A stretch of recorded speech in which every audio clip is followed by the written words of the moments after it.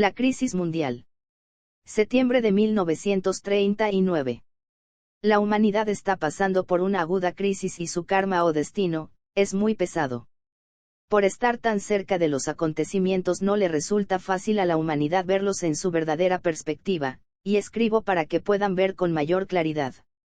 Una visión más amplia y un horizonte más extenso pueden ayudarlos a comprender, y será de valor si los ayudo a ver el cuadro en relación con su trasfondo, tal como se presenta a nosotros, los instructores, en el aspecto interno. Dos puntos sobresalientes e importantes están presentes en la conciencia de la jerarquía mientras observa al género humano librar la actual y estupenda lucha. Primero, la humanidad es hoy consciente, en gran escala, de que lo que acontece es por su culpa y resultado de sus propios errores. Los hombres se sienten responsables de lo que sucede, o cargan abierta y deliberadamente la responsabilidad sobre las espaldas de otros. De estos infinitos errores de larga data, el Tratado de Versalles es solo el símbolo y el punto focal práctico. Segundo, no obstante la guerra y la separatividad, la crueldad, las pasiones y el egoísmo desenfrenados, existe hoy más real comprensión, más buena voluntad y más expresión de amor que en cualquier época anterior en la historia de la raza. Digo esto deliberadamente y porque dispongo del conocimiento jerárquico. Por lo tanto, no se dejen engañar por el clamor externo de la guerra. Sostengo que los corazones de los hombres de todas partes son compasivos, tanto para sí como para los demás. El largo alcance y la vasta extensión del conflicto indican una unidad interna y una interrelación subjetiva, de las cuales todos son algo conscientes, y el conflicto mismo no lo niega. Son duras estas palabras. Esto les indicará la verdad básica de lo que expongo, si reflexionan con mente abierta. La tarea de los aspirantes y hambres de buena voluntad de todas partes es procurar que este prolongado sufrimiento no mine las actitudes actuales, correctas y esenciales, y que el caos y el clamor no apaguen la respuesta a la voz del alma que ha estado hablando con creciente claridad durante los últimos 14 años.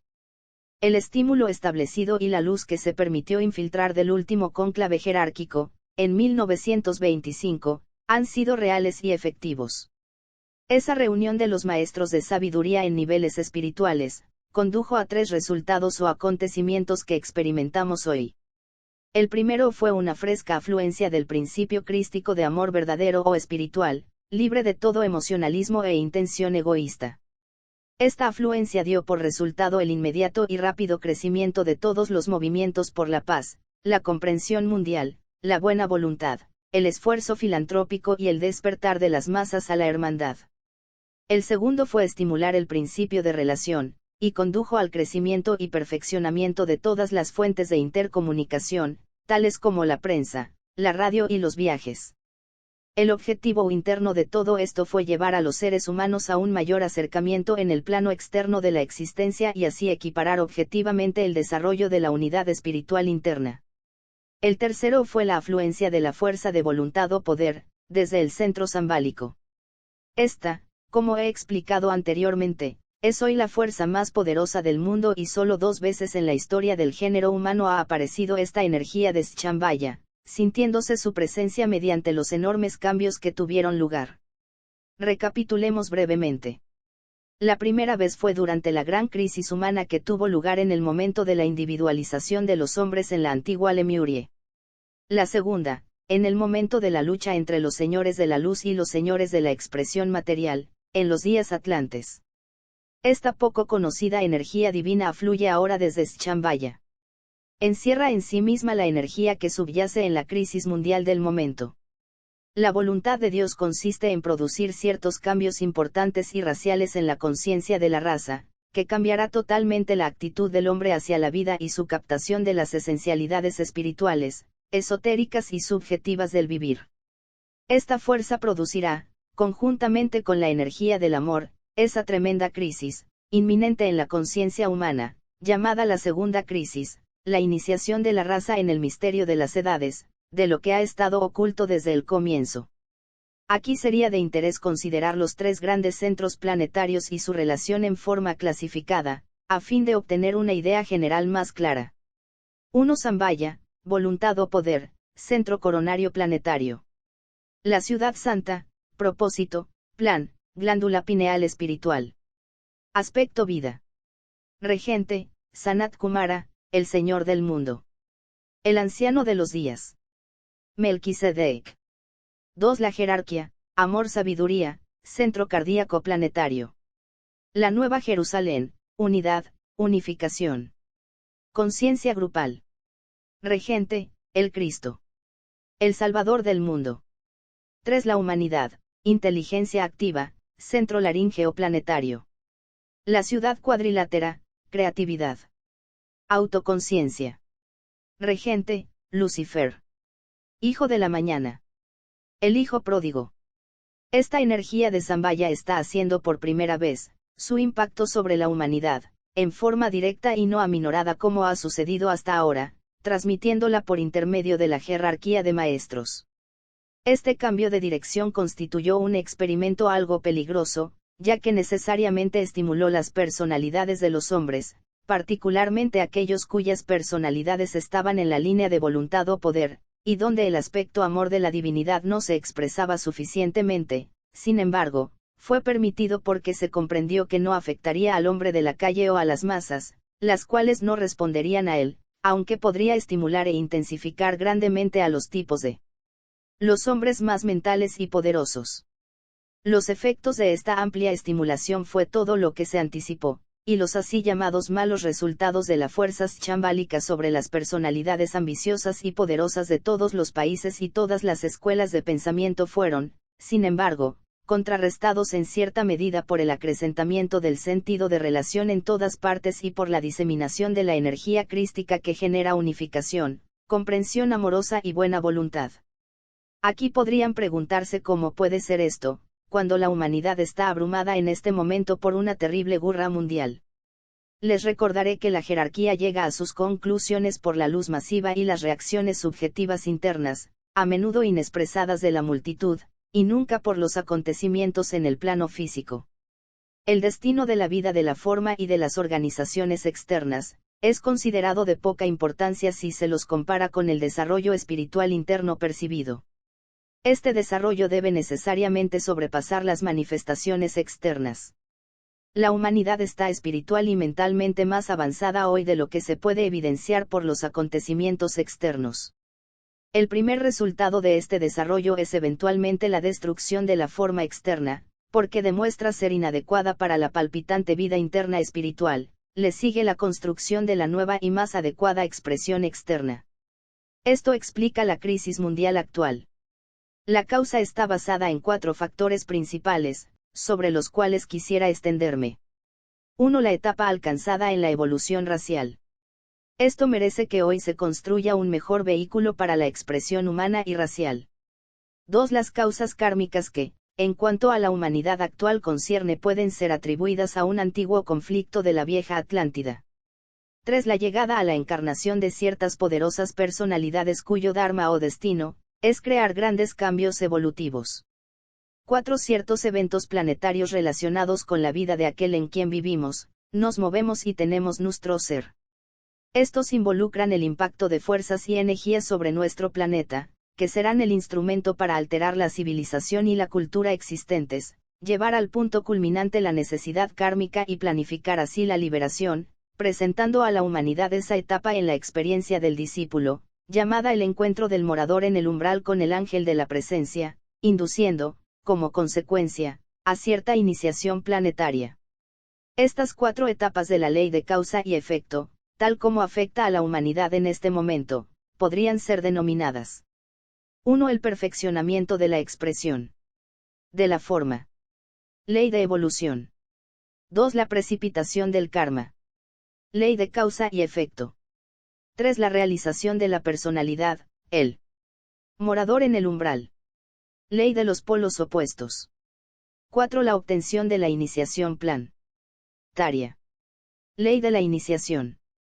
A esta altura quizás crean que soy un académico, que hoy la tensión mundial es tal, que el amor, la simpatía y las palabras bondadosas, son mucho más necesarias que la erudita retrospección histórica y la hipótesis sugeridas.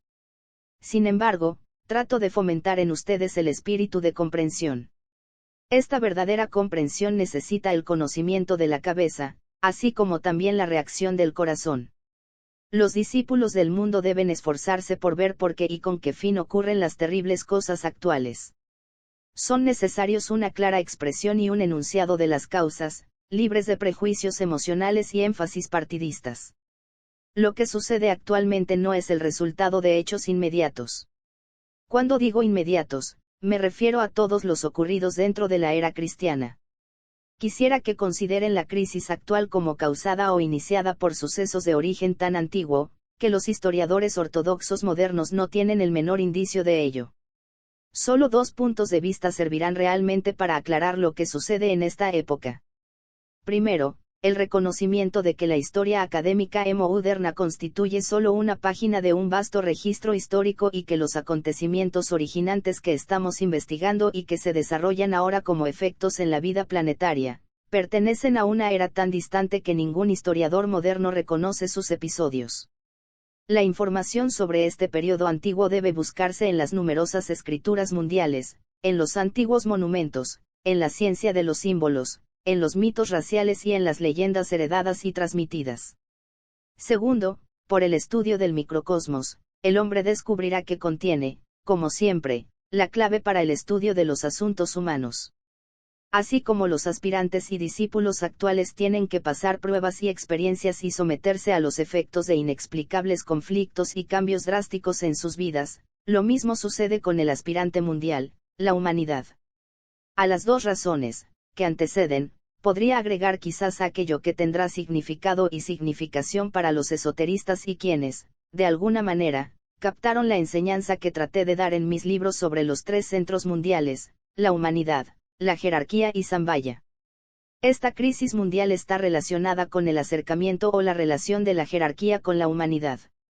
Ese gran centro de fuerza espiritual, el reino humano, ha alcanzado ahora un punto de tal potencia y de tan elevada actividad vibratoria, que se ha sacudido hasta sus mismas profundidades. Todos sus grados y grupos evolutivos responden a la estimulación generada dentro del centro mismo y también por fuerzas que emanan de los centros jerárquico y zambálico.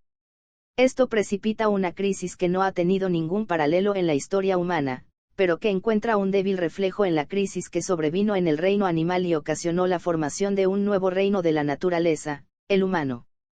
Como he dicho anteriormente, esta crisis mundial actual, si se la encara y controla correctamente, traerá la manifestación del quinto reino o espiritual en la tierra. Esto, como bien saben, se producirá por la unificación de los 2 centros, el centro humano y la jerarquía. Una de las síntesis planetarias mayores está teniendo lugar o, debería decir, puede tener lugar, empleo las palabras con cuidado y les llamo la atención sobre ellas. Sería de utilidad extenderme algo más sobre las 4 etapas de las primitivas causas ya mencionadas. Al hacerlo puedo darles una idea del propósito subyacente en todos los eventos actuales y una comprensión de las condiciones predisponentes que se hallan muy atrás en la noche de los tiempos. Si puedo hacerlo en forma adecuada y ustedes leen y estudian con comprensión y mente abierta, desaparecerá en alguna medida su perturbación natural. Entonces podrán ayudar a otros a atravesar con calma esta crisis y a tener paciencia, buena voluntad, equilibrio y compasión. Por lo tanto, consideremos estos 4 puntos, pues creo que abarcaremos suficientemente el campo para traerles por lo menos cierta medida de luz. Luego trataré de explicar la significación de la gran invocación y darles una idea de la naturaleza de las fuerzas invocadas y del significado esotérico que estas palabras, tan frecuentemente empleadas por ustedes, están destinadas a impartir. La causa de la crisis actual. Es bien sabido que la gran ley de renacimiento es la principal ley controladora en todos los procesos de la manifestación. Rige la expresión exotérica de un logo solar o de un ser humano, y la finalidad de este constante proceso es producir una forma cada vez más perfecta para el creciente servicio que presta el alma. Por primera vez, desde su creación, la familia humana está en situación de ver por sí misma los procesos del renacimiento de una civilización como expresión de la cultura espiritual en una etapa determinada de la evolución. De allí la magnitud de esta crisis al penetrar en la conciencia humana. Muchas crisis menores, iniciando experimentos específicos, tribales, nacionales y raciales, en la renovación de la forma, continuaron y fueron registrados por algún grupo dentro de una nación o por una nación misma, si es suficientemente avanzada. Tal registro nacional se produjo por primera vez en la Revolución Francesa. Estos registros de los designios evolutivos tuvieron lugar con creciente claridad y comprensión durante los últimos 200 años. Tales crisis ocurrieron prácticamente en todas las naciones en la época moderna, siendo reconocidas, en cierta medida, por los historiadores que las han ampliado, especulando con ellas los filósofos. Pero la crisis actual es mucho más vasta, abarca a la mayoría de las naciones en ambos hemisferios. Ninguna nación queda sin ser afectada en este momento y los resultados son y deben ser registrados en algún aspecto de la vida nacional. Debido a la efectiva interrelación entre las naciones de todas partes y a la rapidez de la intercomunicación, la actual es la primera y mayor crisis internacional en los asuntos humanos y abarca un periodo de 28 años, de 1914 a 1942, números interesantes, porque 28, 4x7, son los años de un ciclo completo de la personalidad. No deseo que por lo anterior infieran que el periodo de lucha y conflicto activos deben necesariamente prolongarse hasta 1942. No es así. La rápida terminación del conflicto o su indefinida extensión, está en manos de la humanidad. Los hombres deben determinar cada vez más su propio destino, al pasar de la etapa de la adolescencia a la de la madurez, responsabilidad y realización. Este periodo de 28 años es, sin embargo, de principal importancia, y mucho depende de los próximos 3 años. Vuelvo a repetir que aún la misma jerarquía, con todo su conocimiento, visión y comprensión, y con todos sus recursos, no puede ejercer coerción ni predecir lo que hará el género humano. Puede estimular y estimula la recta acción, puede indicar e indica la posibilidad y la responsabilidad, puede enviar y envía sus instructores y discípulos para educar y conducir a la raza, pero en ningún momento ni situación da órdenes o asume el control. Puede extraer el bien del mal, y lo hace iluminando situaciones e indicando la solución de un problema, pero la jerarquía no puede ir más allá de esto. Si asumiera un control autoritario, se desarrollaría una raza de autómatas y no una raza de hombres responsables, autodirigidos y con aspiraciones. Esto debe ser seguramente evidente para ustedes y puede servir para responder preguntas en las mentes de los irreflexivos estudiantes ocultistas de hoy. ¿Por qué la jerarquía no pudo impedir esta catástrofe? Indudablemente los maestros de sabiduría, que poseen el conocimiento y el control de las fuerzas, podrían haber interferido, pero al hacerlo hubieran quebrantado una ley oculta y obstaculizado el verdadero desarrollo del género humano. Esto nunca lo harán. A cualquier precio el hombre debe aprender a permanecer y a actuar solo. En vez de eso, habiendo los maestros realizado todo lo que se les permitía, ahora permanecen al lado de la humanidad sufriente y desorientada y, con la más profunda compasión y amor, ayudarán a los hombres a corregir los errores que iniciaron, a aprender las lecciones necesarias y a salir de esta crisis, que ellos mismos precipitaron, enriquecidos y purificados en los fuegos de la adversidad. Estas no son trivialidades, sino eternas verdades. Esta crisis mundial, con todo su horror y sufrimiento es, en último análisis, el resultado de los procesos evolutivos exitosos. Estamos dispuestos a reconocer que cuando ha transcurrido el ciclo de vida de un hombre y ha aprendido las lecciones que la experiencia de cualquier vida particular tuvo como fin enseñarle, su cuerpo físico y los aspectos de la forma interna, suma total de la expresión de su personalidad, empezarán a deteriorarse, los agentes destructores dentro de la forma misma entrarán en actividad y oportunamente la muerte tendrá lugar, dando por resultado la liberación de la vida que mora en lo interno. A fin de que una nueva y mejor forma pueda ser construida. Aceptamos lógicamente esto, ciega o inteligentemente, considerándolo como un proceso natural e ineludible, pero normal e inevitable. Sin embargo, nos inclinamos a olvidar que lo que atañe al individuo atañe también a la humanidad. Ciclos de civilización como el que llamamos nuestra civilización moderna, son análogos a una particular e individual encarnación humana, con su comienzo, progreso y crecimiento, su útil madurez y su resultante deterioración y la consiguiente muerte o desaparición de la forma. Las formas están siempre abiertas al ataque. Una fuerte vida subjetiva y un desapego espiritual, son las dos protecciones. Allí donde la forma es más poderosa que la vida, el peligro es inminente, Allí donde el apego al aspecto u organización material prevalece, se pierden los valores espirituales. Asistimos hoy a la muerte de una civilización o cielo de encarnación de la humanidad. En todos los campos de la expresión humana se ha establecido la cristalización y deterioración. Dogmas religiosos caducos y el aferramiento de la teología y las iglesias ortodoxas, ya no son suficientes para reclamar la lealtad de la potente vida espiritual interna. La humanidad es profundamente espiritual e innatamente religiosa, pero necesita una nueva forma con la cual revestir las antiguas verdades.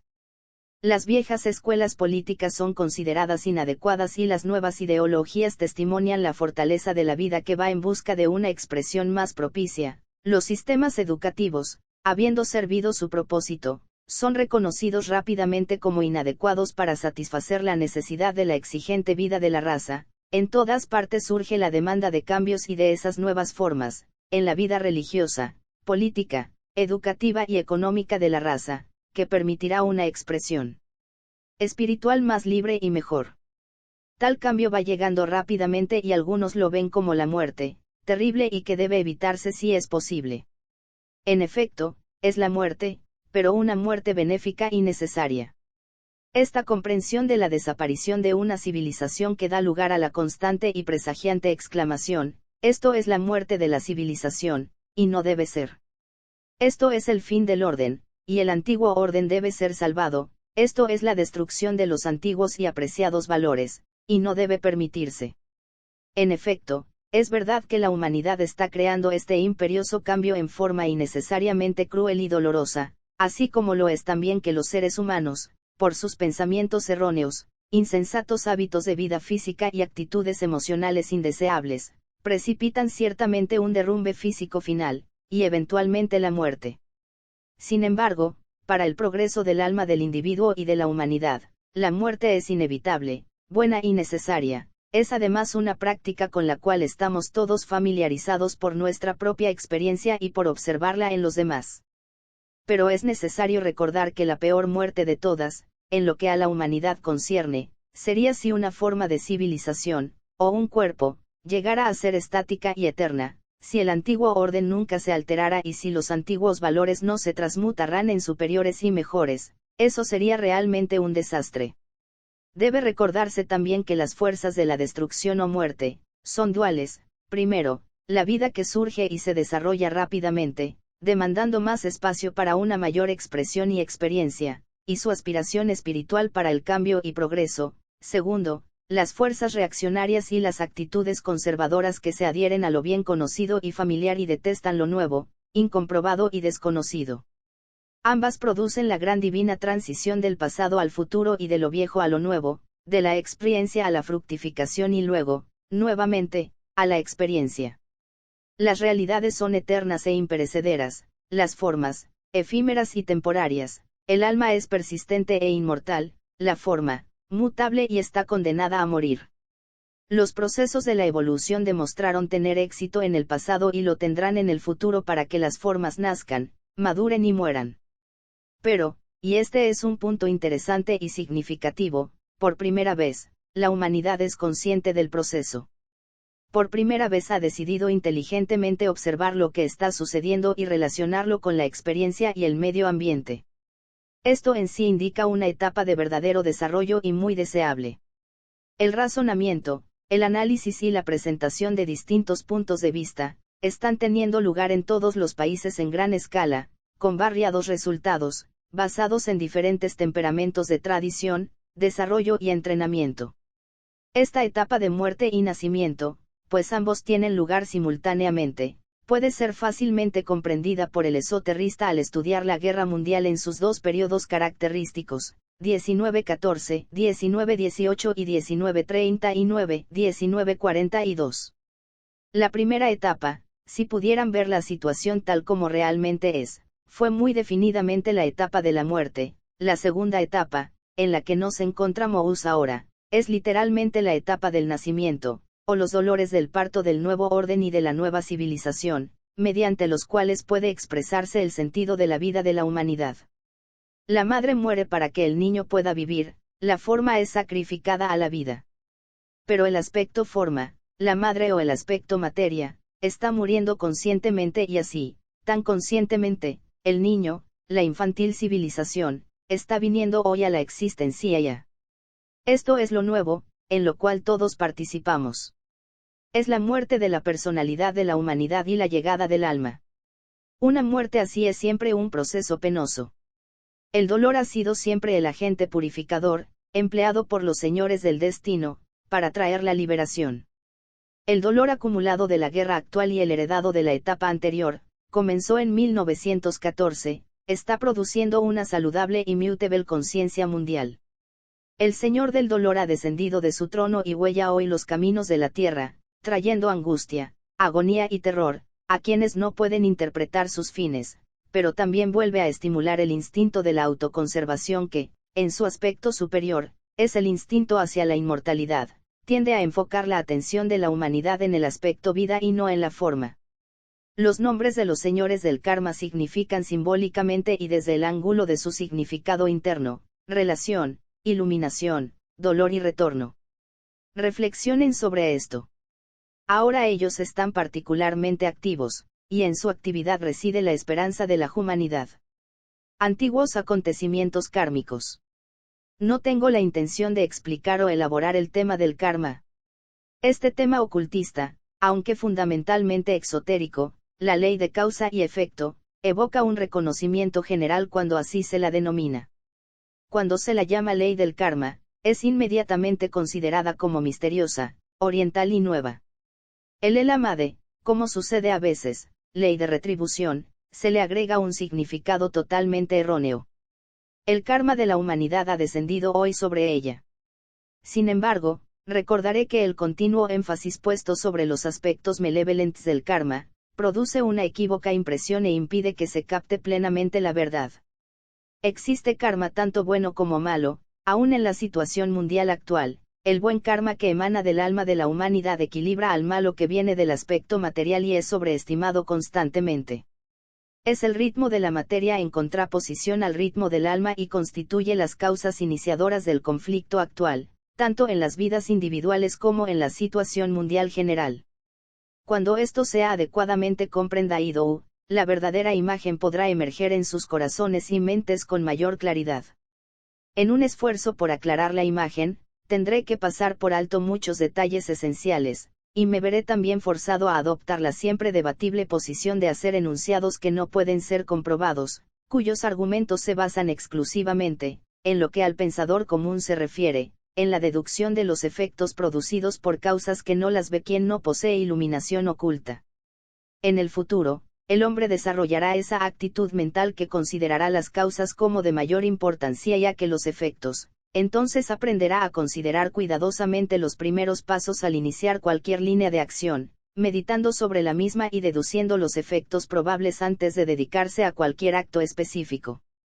Solo por el dolor, el error y el consiguiente castigo, se llegará a esta saludable etapa. Lo que hoy sucede se debe en primer lugar a la dualidad esencial del hombre, en segundo lugar, a ciertas líneas principales de separación creadas por este dualismo esencial, en una primitiva etapa de la historia humana y, en tercer lugar, a la creciente tendencia hacia la síntesis que la afluencia de la fuerza de Shambhaya está produciendo actualmente. Este es el enunciado más simple y que me es posible hacer respecto a este complejo problema. Con amplias generalidades abarco el pasado, indico los efectos que estamos experimentando en el presente y predigo el futuro. La venida a la encarnación del ser humano espiritualmente autoconsciente, es la causa incitante del conflicto actual.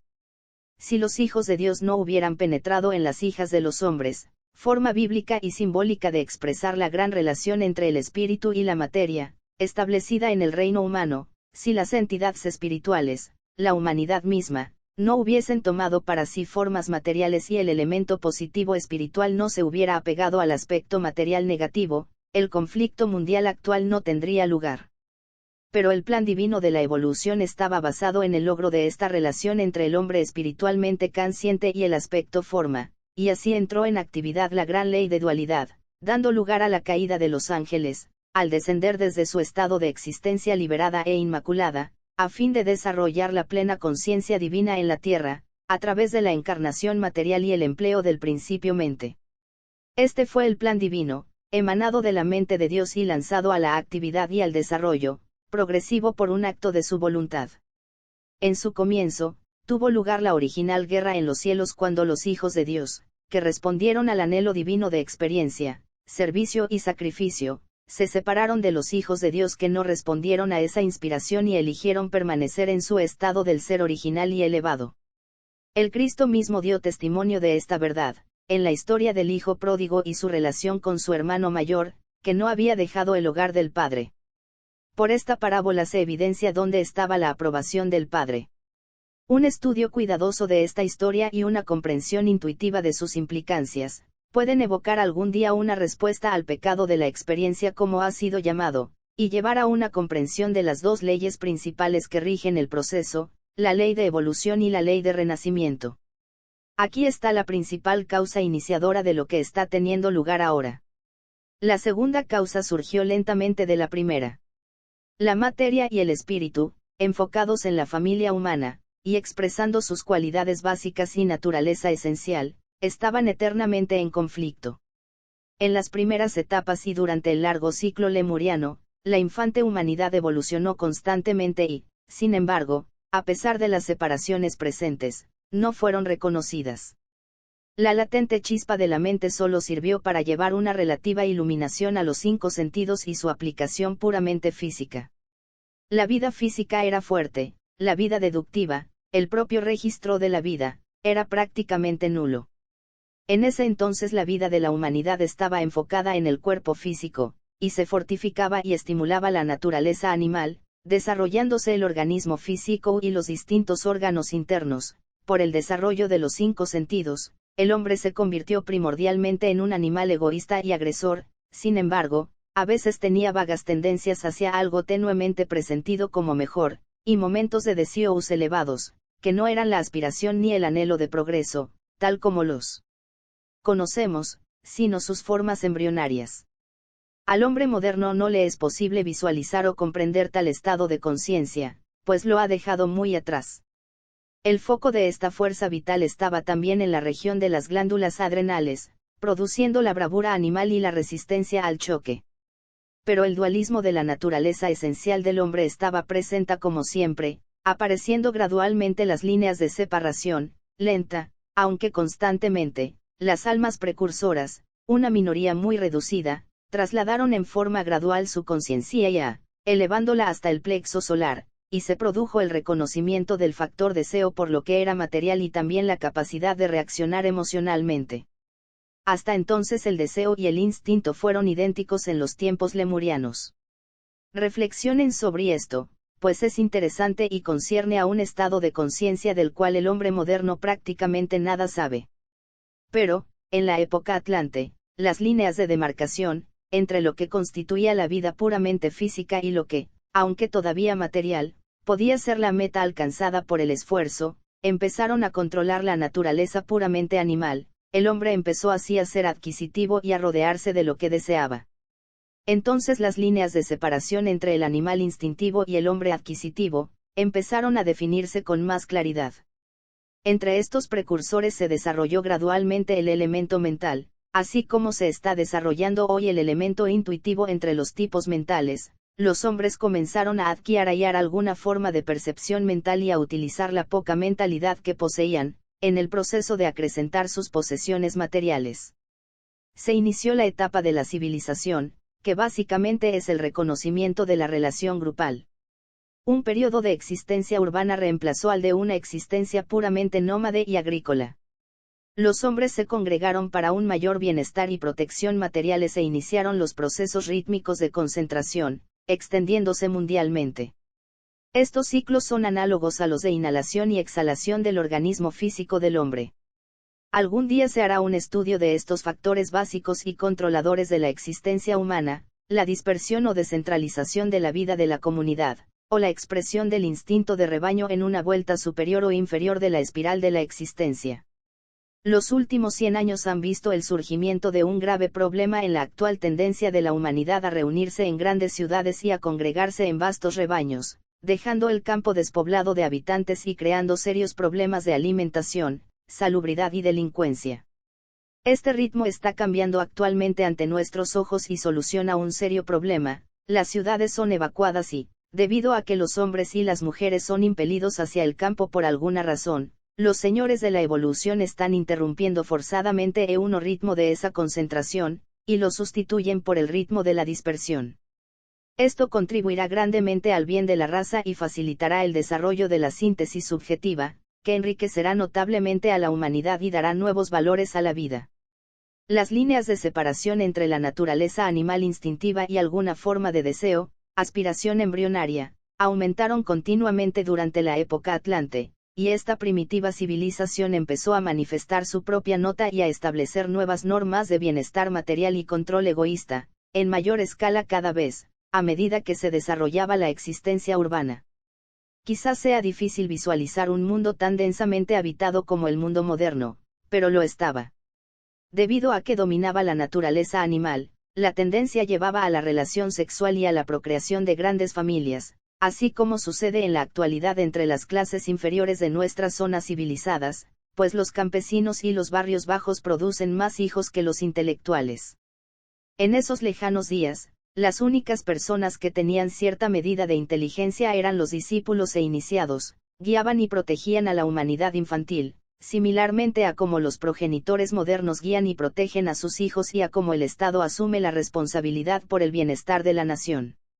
Entonces la jerarquía estaba presente en la tierra como reyes sacerdotes, que actuaban como puntos focales de energía atractiva, atrayendo hacia sí a aquellos cuyos valores más intangibles asumían lentamente un vago control, definiendo con más claridad las líneas de separación entre el materialismo y la espiritualidad.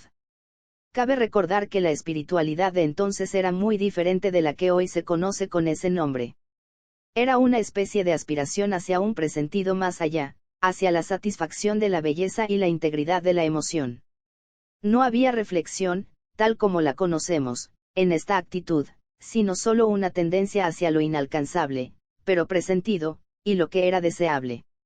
La jerarquía fomentó esto en los pueblos, mediante el don de la invención y el empleo de las masas instintivas en la construcción de grandes y bellas ciudades y estupendas estructuras, cuyas ruinas subsisten hoy, y fue realizado bajo la guía experta de los iniciados y adeptos que emplearon los conocimientos que poseían acerca de la naturaleza de la materia y de la energía, para producir muchas cosas que actualmente el hombre trata a tientas de descubrir y hacer posible.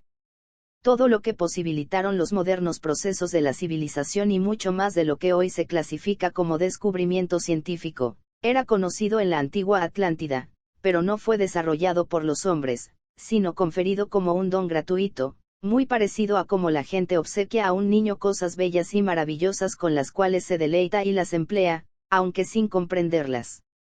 En todas partes había grandes y bellas ciudades llenas de templos, y grandes edificios, de los cuales las ruinas de los caldeos y babilonios constituyen sus restos degenerados, cuyo vástago es el moderno rascacielos. La mayoría de nuestro conocimiento científico moderno era poseído por estos reyes sacerdotes, y constituía para las masas, un maravilloso tipo de magia. La salubridad, la higiene, los medios de transporte y las máquinas voladoras se desarrollaron, y eran de un orden muy elevado, pero no fueron la realización del hombre sino dones de la jerarquía, desarrollados o construidos bajo una sabia guía. Eran controlados el aire y el agua, porque los guías sabían cómo controlar y dominar las fuerzas de la naturaleza y los elementos, pero nada de ello fue resultado de la comprensión, conocimiento o esfuerzo humano. Las mentes de los hombres no estaban desarrolladas ni eran adecuadas para semejante tarea, como no lo está la mente de un infante. La separación entre los dos grupos, uno, expresando las fuerzas del materialismo y el otro la energía de la luz, aumentó gradualmente, hasta que al finalizar la era Atlante era tan amplia y la línea de demarcación entre las dos escuelas de la vida y del pensamiento tan clara, que se precipitó una crisis en ese civilizado mundo de entonces, de la cual el conflicto actual es su efecto definido. Esperamos también que constituya la culminación, y de que no vuelva a ocurrir. Entonces tuvo lugar la gran guerra entre los señores de la forma y los señores del ser, o entre las fuerzas de la materia y la gran logia blanca. Un cuidadoso estudio resultará iluminador, particularmente si se lleva a cabo detenidamente * para nuestra comprensión. La explicación puede parecer vaga y oscura, pero los asuntos en esa época eran claros. Las fuerzas de la luz triunfaron porque la jerarquía se vio obligada a intervenir poderosamente y, con ayuda de ciertas grandes vidas extrañas a nuestra vida planetaria, llevaron la civilización atlante a un abrupto fin, después de un largo periodo de caos y desastre. Esto tuvo lugar por intermedio de una culminante catástrofe que barrió de la faz de la Tierra a cientos de miles de seres humanos. Este acontecimiento histórico ha sido preservado en la leyenda universal del Gran Diluvio. En la Biblia se habla simbólicamente de los que sobrevivieron, como también los que fueron salvados en el arca de Noé, y los antiguos escritos lo describen en los siguientes términos. Así como la serpiente dragón, que desenrosca lentamente su cuerpo, así los hijos de los hombres, guiados por los hijos de la sabiduría, desdoblaron sus pliegues como corriente de agua dulce. Muchos medrosos perecieron en el camino. Pero la mayoría se salvó. Un detenido estudio del relato dado en la doctrina secreta, revela el estado de desarrollo inmaduro, desde el ángulo de las normas modernas, y el enfoque básicamente emocional y físico de la humanidad de ese periodo, mostrará también la capacidad mágica del hombre para subyugar y controlar los reinos subhumanos y las fuerzas elementales del planeta. Ambos ángulos fueron estudiados. Sin embargo, el énfasis se puso correctamente sobre la interferencia e intervención divinas. Esto pudo salvar una minoría éticamente sana. La palabra espiritual no es aplicable aquí, excepto en forma relativa, y destruir a quienes estaban erróneamente enfocados u orientados y, por lo tanto, también dedicados a la vida de aspiración y percepción materiales. El núcleo salvado, formó la base de nuestra actual raza raíz, la aria. Todo el tema del Antiguo Testamento se desarrolla alrededor de la evolución y crecimiento de este núcleo. Hablando simbólicamente, los habitantes del arca y sus descendientes y la raza judía, representan el resto de la humanidad que se salvó, salvada por la gran logia blanca a pesar de ellos mismos y frente a tremendas dificultades. Aquí dos cosas merecen atención.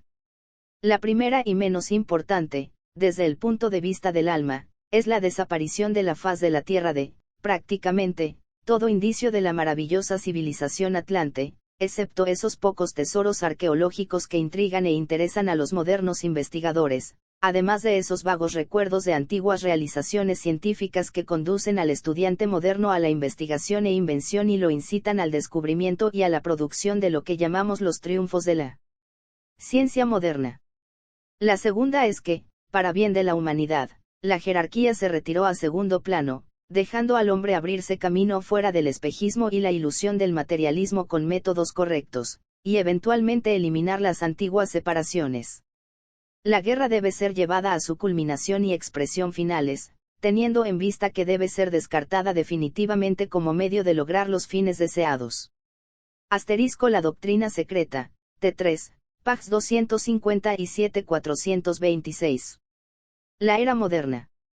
Quisiera detenerme aquí y recordarles uno o dos puntos que deberían ser reconocidos a medida que encaramos esta era moderna donde tienen lugar todos estos efectos culminantes. Los describiré concisa y claramente. Las líneas de separación entre el materialismo y la espiritualidad, como ahora entendemos los términos, se han aclarado acrecentadamente. Dos cosas han tendido a crearlo. Primero, el pronunciamiento de los 10 mandamientos. Estos, aunque negativos en su forma y dogmáticos en su actitud, esclarecieron adecuadamente los asuntos y las actitudes requeridas. Debido a la relativamente inferior etapa de la inteligencia humana universal, en la época en que fueron dados, pues las fechas bíblicas no son correctas y la de su pronunciamiento es mucho más antigua de lo que se cree, se los expresó bajo la fórmula tú no dirigiendo así la atención humana a la expresión material de las tendencias materialistas. En días futuros, los 10 mandamientos serán expresados a la inversa, de la cual el sermón de la montaña y las bienaventuranzas son la forma embrionaria. Segundo, la jerarquía se retiró para que la humanidad, una vez alcanzada la madurez y la edad del propio albedrío, no fuera impedida ni obstaculizada por la coerción y la indebida protección, sino que expresara sus principales características divinas. De estas, el libre albedrío y el empleo discriminador de la mente, son las cualidades sobresalientes. En los días atlantes no existía libre albedrío. Ahora hay una tendencia al libre albedrío, observen este término, y la denominamos libertad e independencia, libertad de pensamiento y derecho del individuo para determinar las disposiciones que controlan o deberían controlar al grupo del cual forma parte. Todos estos son atributos y cualidades del libre albedrío, pero no el principio divino del libre albedrío en sí.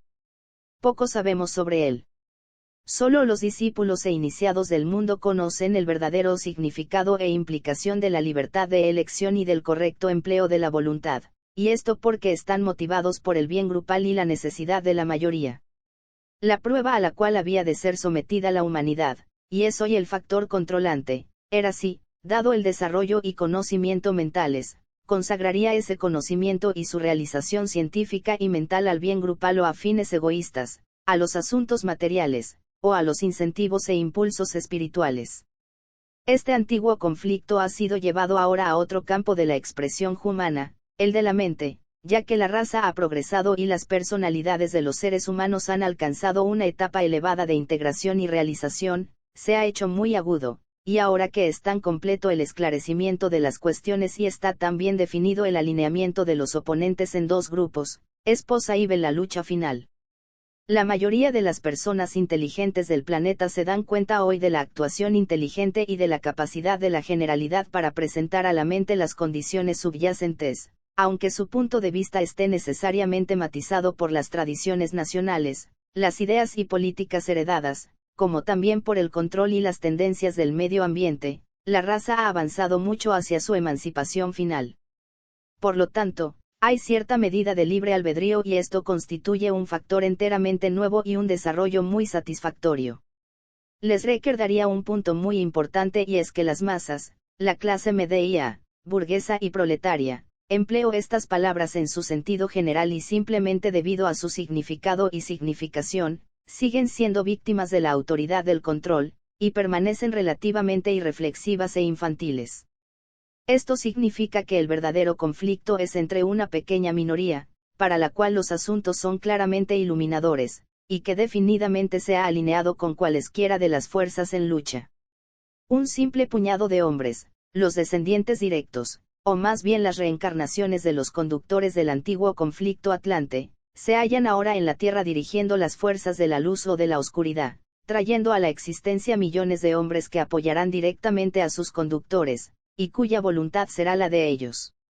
Las líneas de separación se han extendido constantemente y puede decirse ahora que una parte de la humanidad está ahora orientado hacia los valores superiores altruistas y espirituales, cuyas notas claves son el sacrificio, el bien grupal y la comprensión mundiales, y la otra está enfocada predominantemente en lo material, cuyos objetivos son egoístas, animados por la ambición y el espíritu de adquisición.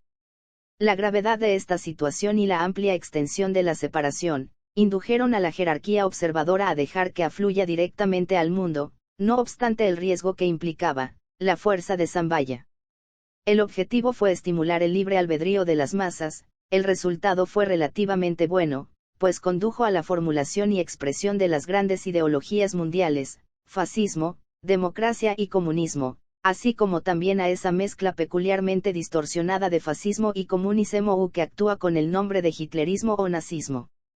Todas estas ideologías son fomentadas por el deseo de las masas de mejorar la condición en la cual vive la población de cualquier país, y se ha enfocado en forma expresiva y creadora por la influencia que ejerce la fuerza de Zambaya.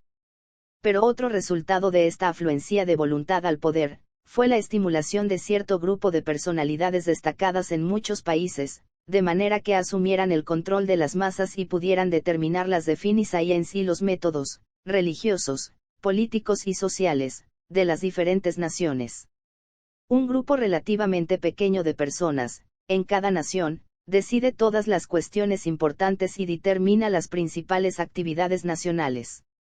Lo hacen ya sea por la fuerza, el terror y el engaño, o por la persuasión, las bellas palabras y la aplicación de móviles ideológicos. Los señores del destino aprovechan esta situación de modo de llevar a un fin el antiguo conflicto y permitir que la humanidad entre en la nueva era acuariana, relativamente libre y con una más clara comprensión de las correctas metas y relaciones humanas y del futuro predestinado del hombre. No tiene ningún valor atribuirle relación al actual conflicto mundial y a los guías mundiales, con el conflicto y los conductores de la época atlante. Basta decir que muchas de las mismas personalidades, en una vuelta más elevada de la espiral, desempeñan nuevamente diversas partes en el gran drama. De nada les serviría ni comprenderían mentalmente la situación, si acentuara los detalles de esta gran guerra y su analogía moderna. Tampoco tendría para mí ningún valor comparar los antiguos métodos y los métodos modernos por los cuales una de las partes lleva adelante la lucha por la supremacía. No están en situación de verificar lo que digo o controlar la exactitud de mis enunciados. Sin embargo, el punto de mayor importancia es llegar a una clara comprensión de lo que está en juego y a una justa apreciación de los valores involucrados y también a una correcta captación de los ideales que animan a ambos grupos antagónicos. En los días atlantes, se dijo que la lucha era entre las fuerzas de la oscuridad, la así llamada Logia Negra de Adeptos, y las fuerzas de la luz, denominadas Gran Logia Blanca, la jerarquía de maestros. En aquel entonces era aproximadamente verdad, pues el conflicto se libró entre dos pequeños grupos, siendo las masas simplemente ciegas y miserables víctimas de la lucha y de la situación. Ahora no es posible ni apropiadamente admisible establecer tal clara diferencia entre las fuerzas comprometidas. Ninguna nación o grupo de naciones puede ser clasificado en una amplia generalización como blanco o negro. No olviden esto. Solo hablan así quienes no tienen visión y poseen un espíritu intolerante y partidista. Todas las naciones contienen millares de personas que pertenecen a la categoría de los que son impelidos por las fuerzas de la luz y, en consecuencia, responden normal y fácilmente al concepto de la buena voluntad, al deseo de rectas relaciones entre todos los hombres y al ideal del verdadero entendimiento internacional y mundial. En todas las naciones existen aquellos a quienes no les atrae esta situación, y hallándose aún en la oscuridad, no ven los verdaderos problemas. Este es un enunciado real.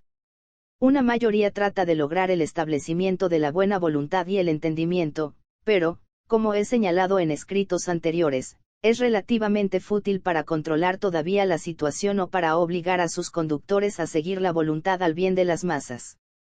Son inspirados o protegidos por la jerarquía de la luz y con ellos debe llevarse adelante la tarea de estimular la libre expresión de esta buena voluntad, cuando el conflicto llegue a su fin. Respecto al otro grupo, tenemos los que por inclinación o antiguo karma descienden de los señores de la oscuridad. Sus acciones e ideales hacen posible la actividad de las fuerzas del materialismo. Quisiera que observaran esta forma de expresión. Aún el más peligroso de estos descendientes es, sin embargo, consciente de alguna forma de idealismo, pero se han extraviado y responden plenamente a la voluntad de poder en el plano físico mediante la actividad de la forma. Esto es estimulado por la afluencia ya de la energía sambálica. Debido a estas reacciones y tendencias, constituyen puntos focales para esas vidas y energías inherentes a la materia misma, cuya influencia y trabajo están dedicados a la conservación de la forma y de todo lo que existe. Se esfuerzan constantemente por anular lo nuevo y detener la evolución y el desarrollo de la conciencia humana. No olviden que la verdadera cuestión reside en el campo de la conciencia y que la lucha es entre la forma y la vida dentro de la forma, y entre el progreso, que conduce a la liberación del espíritu humano, y la actividad reaccionaria, que lleva al aprisionamiento de la conciencia humana y a restringir su libre expresión. Haría aquí una pausa y les pediría solemnemente no ampliar las líneas de separación, ubicándose, ustedes y todos los que siguen su misma ideología, del lado de las fuerzas de la luz, y a las demás personas y sus ideologías, con las cuales ustedes quizá no estén de acuerdo, del lado de las fuerzas de la oscuridad. El problema es, en último análisis, el derecho a expresar la voluntad al bien, el derecho a expresar relaciones humanas, no obstaculizadas por las barreras territoriales y hábitos mentales nacionales, involucra el derecho y la sentida necesidad de manifestar amor a todos los seres, y de esa manera desarraigar todo odio y separatividad. Concierne al derecho de todas las naciones a vivir en paz con sus vecinos y en armonía entre sí, expresar la verdadera y subjetiva síntesis de la humanidad y a no anteponer posesiones, fronteras, cultura, poder y ambición nacionales, al bien general y a la felicidad del mundo de los hombres. Este es el problema real y subyacente. Todos los desafíos nacionales, llamados patrióticos, son simples tentativas de los conductores de todas partes para mantener al pueblo en una línea particular de pensamiento y de acción. Asegurar el mundo para la democracia, tener un lugar para vivir, defender los derechos de las pequeñas naciones, conservar el equilibrio del poder, oponerse a la fuerza con la fuerza, restablecer las antiguas e históricas fronteras, imponer alguna cultura considerada deseable, evitar la destrucción económica, mantener los objetivos e intereses nacionales, son todos puntos de discusión de los conductores actuales. Pero la verdadera cuestión intangible es hallar quién dirija. ¿Qué camino tomará la humanidad? ¿Seguirá el camino del altruismo, expresado en la disposición de actuar siempre en bien de todos, promoviendo así el entendimiento y la unidad mundiales, o el camino del egoísmo y de la agresión, expresados en un intenso nacionalismo, sacrificando los verdaderos y superiores valores de emancipación, independencia y libertad de pensamiento? Este egoísmo puede manifestarse como agresión, o una neutralidad activa. Las naciones que no participan en esta lucha, perderán mucho y, ensanchando su propia lucha egoísta y oscureciendo la real situación con hermosas palabras, ayudarán a prolongar la lucha, evitando que su propio pueblo aproveche una oportunidad útil. Señalaría también que así como en todas las familias, empresas comerciales y organizaciones, existen los que constituyen puntos de autoridad enfocada y son los diseñadores de las actividades planificadas, también dentro de ese grupo o cuerpo organizado, denominado humanidad, tenemos puntos focal similares o aquellos que planifican, dirigen y producen los acontecimientos y eventos externos, que están en el periodo de realización de la personalidad, ese momento en que los seres humanos, habiendo alcanzado la integración y una fusionada expresión de sentimiento, percepción y mente, trabajan en forma activa y efectiva en el plano físico. Estos puntos focal son empleados para producir dos grandes cambios en el mundo: primero, la fusión y mezcla de los pueblos y las minorías, a fin de que los imperios coordinados y las naciones cultas empiecen a aparecer en todas partes y, segundo, el cambio de fronteras y la alteración de límites para dar lugar a un completo reajuste del mapa del mundo, en Asia, Europa y África. Evidentemente, se observará que existen tres métodos o MOU2 principales para producir estas fusiones. Gran Bretaña, los Estados Unidos de América y la Unión de Repúblicas Socialistas Soviéticas, URSS, están desarrollando el principio de federación, de relación y de fusión de cuerpos en conjuntos concentrados, que responden a la misma inspiración, pero empleando sus propios métodos especializados para obtener los fines deseados. No se sorprendan de que incluya a Rusia en esta triplicidad. Su ideología es fundamentalmente tan sana como la de los demás grupos, pero la diferencia reside en los factores de la personalidad y en el modo de aplicar la ideología. El control ejercido por personalidades poderosas y peligrosas y el empleo de métodos de fuerza y crueldad, fueron evitados en los primeros dos grupos de naciones, y la razón se halla en la fuente de inspiración que produce los efectos. Otra razón reside en que se ha ubicado el poder en manos de quienes históricamente no están preparados para gobernar y en la de aquellos cuya pasada evolución los condujo hasta ahora solo a la etapa infantil de la evolución. Sin embargo, en estos tres grupos deben observarse muchas cosas interesantes. Una de ellas es que Gran Bretaña representa una fusión, cuyos cimientos fueron establecidos en un largo pasado histórico de preparación para gobernar. Otro, el de los EU, representa una fusión que está en desenvolvimiento y desarrollo en el presente, cuyos experimentos son nuevos, aunque empleando factores de cada nación de Europa. La URSS, a su vez, representa la fusión venidera o síntesis futura. En los tres, tenemos una expresión interesante e inmediata de los tres aspectos divinos, cada uno inspira y colora la civilización embrionaria.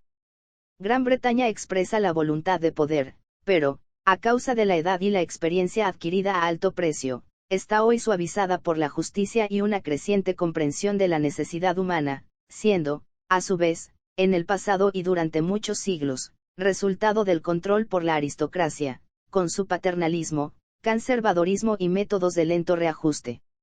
Los EU expresan la voluntad de amar que se demuestra como capacidad para absorber vastamente elementos divergentes y, sin embargo, presentar igual oportunidad a todos. Esto se produce mayormente debido a que el control en esta federación de estados, está en manos de la burguesía, con sus metas financieras, su poder de determinar las condiciones de vida y su veloz y simpático contacto con la vida. Su método no es el de un ajuste lento, sino de rápida asimilación. En ese país la gente es muy sensible a la influencia de la jerarquía. La URSS expresa la voluntad de crear y establecer nuevas condiciones y un nuevo orden, planificado, determinado y previsto. Frecuentemente ha sido impuesto mediante la crueldad, una disposición para los convenios, el cambio o el desprestigio del ideal original, llevado a cabo a su vez por la actividad del proletariado, por su incapacidad de gobernar, por su deseo de ejercer represalias y por su ignorancia de la tradición y de los procedimientos heredados. Por lo tanto, un experimento muy interesante se está realizando en estos tres grupos de elementos interrelacionados y de distintos ideales nacionales. La URSS pondrá eventualmente el énfasis y se interesará principalmente por Asia, hasta los límites del Océano Pacífico, produciendo cambios en ese continente. Gran Bretaña, por su exitosa demostración del principio de federación, puede efectuar mayores cambios en Europa si existe una percepción despierta, una real y benévola justicia y una inteligente paciencia. Los EU tienen una tarea similar que realizar para las Américas, que demandan un orden estatal elevado y un espíritu de comprensión. Si han comprendido bien las sugerencias que anteceden, será evidente que la fuerza zambálica trabaja a través de esa comunidad de naciones federadas, llamada Imperio Británico, y expresa la voluntad hacia la síntesis y la voluntad para un proceder justo y legal. La fuerza de la jerarquía puede expresarse acrecentadamente a través de los Estados Unidos de América, porque el reconocimiento intuitivo de las realidades subjetivas y el sentido real de los valores superiores pueden controlar, y frecuentemente controlan, los impulsos que rigen a este grupo de estados federados. La voluntad de ser que posee la humanidad con su énfasis casi extravagante puesto sobre los valores humanos, y la voluntad de gobernar creadoramente, es la contribución de la URSS, esa gran federación de repúblicas. De esta manera, puede verse la expresión de la influencia que ejercen los tres grandes centros mundiales a que me referí, mediante estos tres grupos de naciones. Al mismo tiempo, la fuerza de Zambaya está activa en todos ellos, pues produce federación y síntesis. Su primera gran expresión o demostración del espíritu de fusión, tuvo lugar en los siglos XVIII y XIX y condujo a la creación de países como Italia y Alemania, formados por muchos pequeños estados, duquedos y reinados. Resultaría muy iluminador estudiar la historia de la tendencia hacia la fusión en el mundo moderno. Se descubrirá que los primeros débiles indicios se percibieron alrededor del año 1575 de nuestra era, debido a que se permitió afluir esta fuerza cuando se la exigió en la Conferencia Centenaria de la Jerarquía, celebrada en 1425. En escritos anteriores me he referido a dicha conferencia asterisco. En el segundo grupo, donde hubo cambios de ideologías y reacción a la necesidad de la masa, tenemos a Francia, Alemania, Italia, España y Portugal, alterando todas ellas su antigua política y sus sistemas de gobierno, que reaccionaron gradual y lentamente a la fuerza zambálica. Sin embargo, reaccionaron a esa fuerza por intermedio de grandes y destacadas personalidades, particularmente sensibles a la voluntad de poder y a la voluntad de cambiar, las cuales, durante los últimos 150 años, alteraron el carácter de sus vidas nacionales y acrecentadamente hicieron resaltar los más grandes valores humanos. Los hombres que inspiraron la iniciadora Revolución Francesa, el gran conquistador Napoleón, Bismarck, el creador de una nación, Mussolini, el regenerade de su pueblo, Hitler, que elevó sobre sus hombros un pueblo angustiado, Lenin, el idealista, Stalin y Franco, son todas expresiones de la fuerza zambálica y de ciertas energías poco comprendidas. Estos realizaron cambios significativos en su día y generación y cambiaron la faz de Europa, afectando incidentalmente a Asia y condicionando las actitudes y política en América. Los resultados, aun cuando peligrosos y terribles, desarrollaron dos características vitales en la humanidad. Una fue el amplio desarrollo de la facultad discriminadora, la otra una tendencia ya a la dispersión que tuvo como consecuencia diluir los valores civilizados y culturales y los variados dones que muchas personas impartieron al alma del mundo. La emigración de los pueblos, desde Gran Bretaña a las colonias, la emigración de todas las naciones de Europa a América del Norte y del Sur, la dispersión de los pueblos dentro de los límites nacionales, como resultado de la guerra y la conveniencia de evacuar las ciudades, trajo el traslado de personas fuera de Italia y de grupos dentro de Rusia, más el constante deambular de los judíos errantes, lo cual indica un desmoronamiento en escala mundial de todas las fronteras externas y la Institución de un proceso de fusión y amalgamación como el mundo nunca había visto. Constituye un sistema educativo de incontable valor que conduce a la constante necesidad de reajustar los puntos de vista, cambiar las normas de vida de los matrimonios mixtos y las así llamadas relaciones ilícitas. El cambio externo está produciendo una síntesis interna y dispersión externa. Las separaciones se desarrollan internamente en relaciones más estrechas y en un tolerante espíritu de comprensión. El poder de considerar, elegir, pensar y discriminar, se va desarrollando rápidamente entre las clases de todas partes, como resultado de los numerosos sucesos catastróficos, la aparición de numerosas circunstancias cambiantes y los incontables puntos de vista y teorías sobre gobierno y religión. Estos surgen en forma natural de los nuevos contactos y la rápida presentación de los acontecimientos por medio de la prensa y la radio. Esto es importante desde el punto de vista de la evolución y del acrecentamiento de la conciencia mundial. Los sucesos en el plano físico son incidentales y transitorios. Los eventos y las precipitaciones del plano físico se llevan a cabo y son posibles mediante puntos focales de energía. Los dictadores del mundo, los estadistas y los seres humanos descollantes de todos los países, así como también los grupos que trabajan activamente en todos los países para sus propios fines o, como sucede más a menudo, bajo la influencia de algún ideal o sabiduría grupales, además de la ambición, la voluntad de poder y el engrandecimiento personales. A estas personas se las denomina dictadores, demagogos, conductores inspirados u hombres justos y sabios, de acuerdo con nuestra particular ideología, tradición, actitud hacia nuestros semejantes y determinado entrenamiento político, económico y religioso. Pero todos estos conductores son simplemente seres humanos y, al igual que los demás hombres, idealistas equivocados, patriotas, egoístas, impresionables, tontos, astutos, poderosos, enfocados en alguna meta o ambición, con clara visión y, al mismo tiempo, con reacciones miopes, crueles o sabias, según el caso, son en último análisis, personalidades altamente desarrolladas. Se los utiliza para dirigir cambios grandes y necesarios y alterar la faz de la civilización. Los métodos erróneos empleados y la maldad, son defectos de la humanidad y de los hábitos mentales que transformaron al género humano en egoísta y cruel y es la causa de que este espíritu grande y universal de la voluntad de cambio, se manifieste tan poderosa y cruelmente. No culpen a las personalidades involucradas o a los hombres que producen estos acontecimientos ante los cuales nos hallamos hoy desorientados y anonadados. Son únicamente el producto del pasado y las víctimas del presente, siendo al mismo tiempo los agentes del destino, los creadores del nuevo orden y los iniciadores de la nueva civilización, son los destructores de lo que debe ser destruido antes de que la humanidad pueda seguir adelante por el camino iluminado. Son la personificación de la personalidad de la humanidad. Por lo tanto, cúlpense a sí mismos de lo que está sucediendo hoy y no traten de evadir la responsabilidad transfiriéndola a los hombros de los hombres espectaculares o estadistas, dictadores, o a algún grupo. No señalen a una sola persona o grupo, acusándolos de ser la causa de la condición mundial actual. Tampoco esperen que una sola persona o un solo grupo, traiga la liberación o halle solución al problema mundial. Esto debe hacerlo la humanidad misma. La humanidad debe comenzar a actuar, y lo hará cuando llegue el momento oportuno. Reconocer la responsabilidad, los errores conjuntos, los antiguos conceptos erróneos, las actitudes y costumbres mentales equívocas, el propósito y la intención mundial egoísta, el espíritu de agresión universal que, a través de las edades influyó primero a una nación y luego a otra, la tendencia del siglo pasado a cristalizarse y a ser estático, las fuerzas reaccionarias por todas partes, son defectos universales y ninguna nación ni raza está libre de culpa ni tiene las manos totalmente limpias.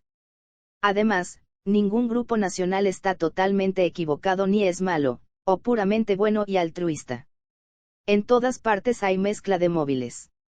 El nacionalismo, la agresión, el egoísmo y la crueldad de todos los países, enfrentan el deseo de un entendimiento mundial, relaciones pacíficas y también un espíritu altruista y benéfico en todas las naciones. Las fuerzas de la luz tienen sus adherentes y trabajadores en todos los países, aunque algunos no pueden expresarse por estar sujetos a mayores obstáculos. Lo mismo sucede con las fuerzas del materialismo. y entre estos grandes grupos se hallan las masas, esperando el surgimiento de una nueva oportunidad y nuevas revelaciones. La universalidad de estas condiciones y la nitidez de las cosas han hecho de este periodo una oportunidad de iniciación planetaria. La iniciación es esencialmente salir de los antiguos controles y entrar en el control de valores más espirituales y acrecentadamente superiores. La iniciación es una expansión de conciencia que conduce a un creciente reconocimiento de las realidades internas. Es también el reconocimiento de un renovado sentido de la necesidad de cambio y de la dirección inteligente de estos imprescindibles cambios, para que pueda tener lugar un proceso real. La conciencia se expande y se vuelve más generosa y divinamente incluyente, y el alma controla en forma nueva y poderosa, al asumir acrecentadamente la dirección de la vida del individuo, de una nación y del mundo. En último análisis, y desde el punto de vista de la jerarquía, el conflicto actual entre la personalidad de la humanidad, que expresa los valores materiales como factor dominante en la experiencia de la vida, y el alma de la humanidad, que expresa los valores espirituales como factor dominante en los asuntos humanos, es idéntico al conflicto que tiene lugar en la conciencia de un ser humano cuando éste ha alcanzado la etapa del discipulado y enfrenta el problema de los pares de opuestos. Este conflicto se manifiesta de muchas maneras, de acuerdo al punto de vista y al trasfondo del pensamiento. Podría llamarse el conflicto entre el Cristo y el Anticristo, pero no como lo comprenden quienes emplean esas frases. Ninguna nación expresa el espíritu del Anticristo, así como tampoco nación alguna expresa el espíritu erístico. El Cristo y el Anticristo son las dualidades del espiritualismo y el materialismo, tanto en el individuo como en toda la humanidad. Se puede hablar de Dios y del diablo con las mismas implicancias básicas. ¿No es acaso el hombre una expresión de la divinidad, Dios, en una forma material, el demonio, y qué es la materia, sino el medio por el cual la divinidad debe eventualmente manifestarse en toda su gloria? Pero cuando eso tenga lugar, la materia ya no será un factor controlante sino simplemente un medio de expresión. Por lo tanto, la batalla se libra entre el aspecto forma de la vida y el alma. El morador en el umbral de la divinidad, hermanos míos, es la misma humanidad con sus antiguas costumbres mentales y su egoísmo y codicia. La humanidad ahora está frente al ángel de la presencia, el alma cuya naturaleza es amor, luz y comprensión incluyentes. El gran problema de hoy es cuál de los dos saldrá victorioso del conflicto y cuál de estos dos grandes agentes de la vida determinará el futuro de la humanidad e indicará el camino que la humanidad decidirá seguir. Los asuntos en juego están claros para las personas que piensan correctamente. La intolerancia, el intenso orgullo nació en él y la propia satisfacción, pueden cegar a los hombres a las realidades actuales, pero hay suficientes personas que piensan con claridad para que sea probable un futuro de correctas decisiones, como en ningún otro momento en la historia de la raza. Asterisco Tratado sobre Magia Blanca, Pax 293-318. Tratado sobre los 7 rayos, TI, Pax 140-458. Preparación para la buena voluntad mundial. Las causas de la actual guerra son antiguas. Esta secuencia histórica de los factores predisponentes puede ser claramente trazada en los registros exotéricos de todas las naciones y también los registros esotéricos de la jerarquía. Las cualidades humanas inherentes que condujeron al desarrollo de la guerra actual son bien conocidas. Quienes son conscientes y observadores de la guerra que se libra dentro de sus propias naturalezas, entre el egoísmo de la personalidad y el altruismo del alma, se dan cuenta de las implicancias y las analogías. ¿Dónde reside por lo tanto la solución? ¿Qué debe hacerse para detener los fuegos del odio, de la agresión, de la venganza y del temor? Además, ¿qué debe hacerse como preparación para cuando llegue el momento de la reconstrucción del mundo de los hombres y la inauguración de la nueva y mejor civilización? Consideraremos esto brevemente. En lo que respecta a la participación activa en el trabajo que debe realizarse, a fin de preparar el mundo para la expresión de la buena voluntad, poco puede hacerse de naturaleza exotérica activa en este momento, es necesario esperar con paciencia y ver qué sucederá y qué dirección seguirá la actividad de las naciones. Pero hay mucho que realizar de naturaleza esotérica y preparatoria y esto trato de plasmarlo en las mentes. Hasta la fecha y a pesar de las apariencias, las fuerzas de la luz son victoriosas y mantienen definidamente firmes los asuntos. Por esta razón no ha podido ser extinguido el espíritu de buena voluntad ni el entendimiento comprensivo que existe entre los pueblos de las naciones, sin excluir a Alemania, la cual fue la característica significativa y sobresaliente del conflicto actual. Existe allí poco odio o espíritu de venganza, y este hecho constituye la diferencia entre esta guerra y la de 1914. Indica un triunfo para las fuerzas de la luz, y en ello reside la esperanza del futuro. Sin embargo, aquí es donde debe considerarse el factor tiempo, pues una guerra prolongada puede causar un cambio en esta actitud deseable, y una experiencia muy drástica producirá cambios psicológicos profundos e inevitables en el pensamiento y la acción humanos. Esto debe ser neutralizado conscientemente. Aunque no ha sucedido todavía, podría suceder, y si ocurre causará mucho dolor, terror, terrible anticipación y sufrimiento, y la agonía producida por el espectáculo del sufrimiento podría eventualmente transformar esta buena voluntad en un espíritu dinámico de odio y revancha, a no ser que sea contrarrestado definida y conscientemente. Los grupos que se adhieren a los principios de las fuerzas de la luz, que dedican todo esfuerzo a poner fin al espíritu de agresión y a librar al mundo de los puntos focales de la influencia y el poder materiales, deben llevar todavía a cabo la tarea de unir a los hombres y mujeres de todas las naciones con espíritu de comprensión amorosa y deben servir de intérpretes entre las naciones, en términos de hermandad y del nuevo orden. Esto no es fácil realizarlo ahora. Los cuerpos astrales o emocionales de los seres humanos, que constituyen el cuerpo astral de la humanidad como un todo, están hoy en un estado de caos y son arrastrados por antiguos deseos, actitudes egoístas, profundamente arraigadas, y por viejos odios. La tarea también se complica por la actividad de los procesos mentales del hombre, caracterizados por destacadas y desarrolladas ilusiones, actitudes separatistas y argumentos plausibles. Pero, al mismo tiempo, hay en el mundo suficientes personas que responden al espíritu de buena voluntad, de comprensión tolerante, animándolas el deseo de rectas relaciones humanas permanentes.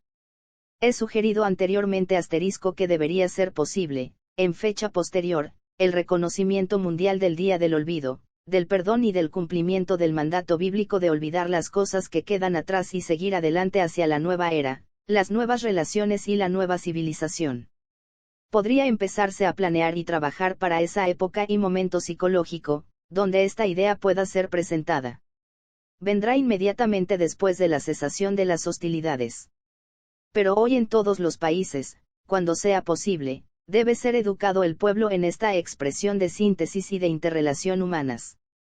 Sin embargo, ello implica poner énfasis sobre los valores a los cuales me he referido anteriormente en este artículo. Esta es la responsabilidad conjunta de la humanidad, debido a sus errores generales y a las antiguas actitudes y controles erróneos. En consecuencia significa descender de nuestra posición de críticos y adjudicadores de la responsabilidad, y emprender conjuntamente la enorme tarea de cambiar las condiciones actuales e instituir esa política contraria que hará posible un orden mundial unido. No es una tarea fácil. Exhorta a todos los hombres y mujeres de buena voluntad del mundo, y los incita a prepararse, mientras continúa el conflicto, para lo que podrá realizarse una vez que haya terminado. He dado mucha información que puede proporcionar la base de los objetivos y métodos. Nada de lo que he delineado ha quedado anulado, solo fue postergado su cumplimiento. Durante 7 años críticos estuvo en las manos de los hombres espiritualmente orientados, de las iglesias de todos los países, de los hombres de buena voluntad y de los aspirantes mundiales, de modo que su trabajo pudiera evitar el conflicto actual. Pero el espíritu crístico se perdió dentro de las organizaciones clericals, el énfasis fue puesto sobre la teología técnica, el espíritu de buena voluntad no se expresó dinámica y prácticamente, sino teórica y negativamente, los aspirantes del mundo no poseían un verdadero sentido de los valores, sino que se contentaban con dedicar un poco de tiempo a la vida espiritual y a algunas personas, pero se perdió mucho tiempo en objetivos personales e individuales. El espíritu de inercia embargó a los mejor dispuestos y a las personas más comprensivas, nada de lo que hicimos sirvió para despertarlos ni para que iniciaran una poderosa acción o sacrificaran sus valores personales temporarios en bien de los valores duraderos y universales. Lo individual fue más importante que el bien de la totalidad. No se desalienten, hermanos míos, que no son ustedes solos, sino que forman parte de un vasto número de personas, si esto les trae cierta satisfacción. Pero ante ustedes hay una renovada oportunidad de naturaleza práctica que corresponde a esferas definidas de trabajo y de actividad planeada. Ante todo, se les pide que se preparen para la gran oportunidad que vendrá al final de este conflicto, y que 1. Expliquen con claridad a los pueblos la causa por la cual se les brinda la oportunidad, causa dedicada a poner fin al actual estado de cosas, y que 2. Ideen algún acontecimiento dramático universal, que servirá de inspiración e inauguración de la nueva era de buena voluntad y rectas relaciones humanas. Además, debe mantenerse un constante proceso de recto pensar, correcta interpretación de los acontecimientos actuales y la debida preparación mientras dura la guerra, a fin de contrarrestar cualquier debilitamiento del espíritu de buena voluntad, ya logrado para que la comprensión acreciente su potencia y no haya ofuscamiento. Para lograr esto, se sugieren las siguientes actividades, comenzando con las que conciernen al trabajador individual. 1. Vigilen personalmente toda palabra hablada o escrita, de manera que nada de ello contenga odio o partidismo equívoco, y sus mentes y corazones se mantengan libres de toda reacción indeseable.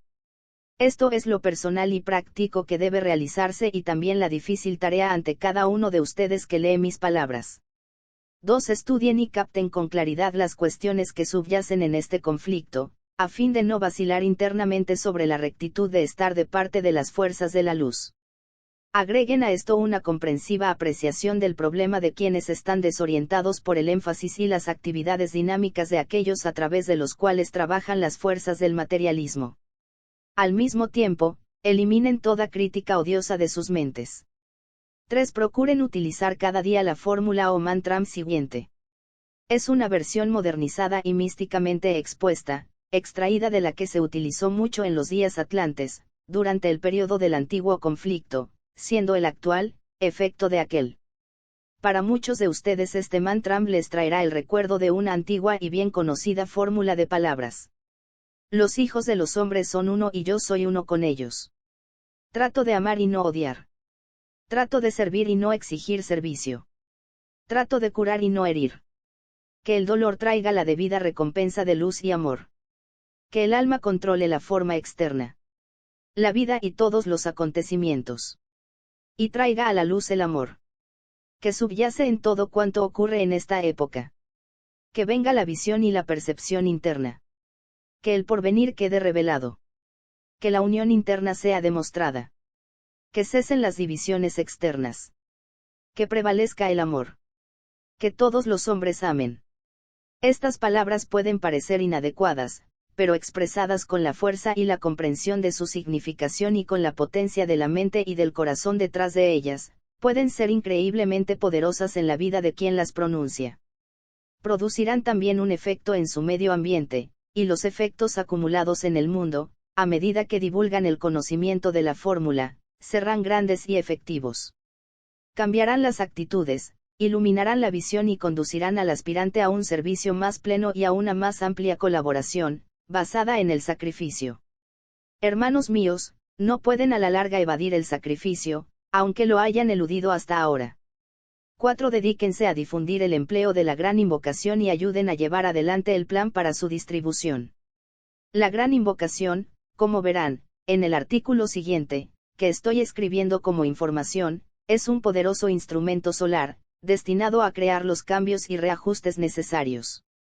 Es tan poderosa que cuando se sugirió darla al mundo de los hombres para que la emplearan, despertó alguna oposición entre los miembros de la jerarquía, porque temían que produjera poderosos efectos sobre las personas poco evolucionadas y no preparadas.